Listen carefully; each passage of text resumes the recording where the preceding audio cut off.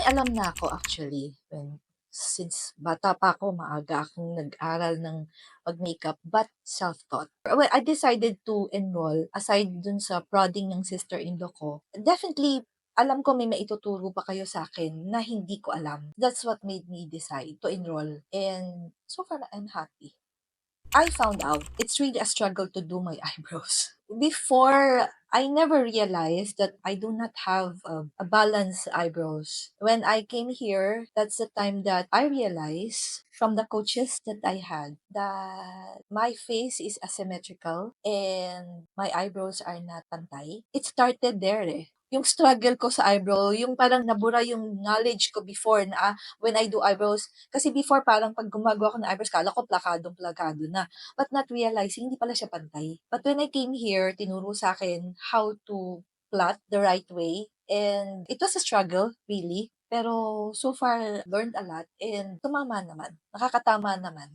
Yeah, kumbaga the additional knowledge that I learned was really so helpful. Feeling ko mas masyado na akong careful looking at the mirror, looking at myself, making sure that my eyebrows are balanced, no? Kumbaga pantay siya dapat. And hindi siya naka-arch, hindi rin siya naka-droop. I guess I enjoyed everything. Enjoy ko siya lahat. Feeling ko, I really do not need a makeup artist to do my face. I can do it on my own. So, kung may lakad ako, I'm going to events, the everyday makeup, I do not have a problem kasi mabilis lang yon.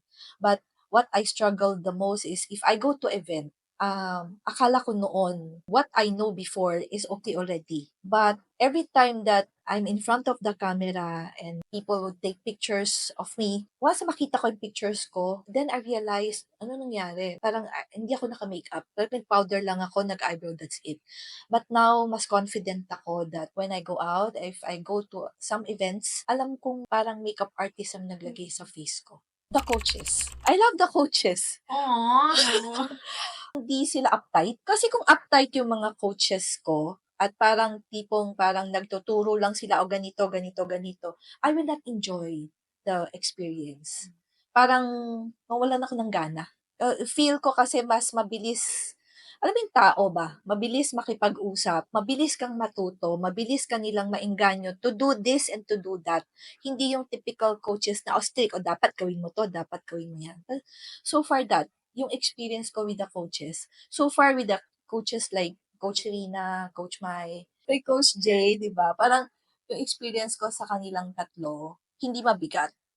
Magaan lang. That's why, mabilis, kung napapansin din ng mga coaches ko, mabilis din ako mag-joke. So, I'm sure, I think, I'm confident that even my coaches enjoyed yung pagtuturo nila sa akin. I was happy with my experience and sulit yung time na binigay ko because I think marami akong natutunan. Yung lahat ng mga akala kong alam ko na, binura ko lahat yon. When I came here, I'm just like a plain whiteboard and I made it a point na hindi ko pangungunahan yung coach ko of whatever I learned because the reason why I enrolled in this session, I want to learn from the coaches.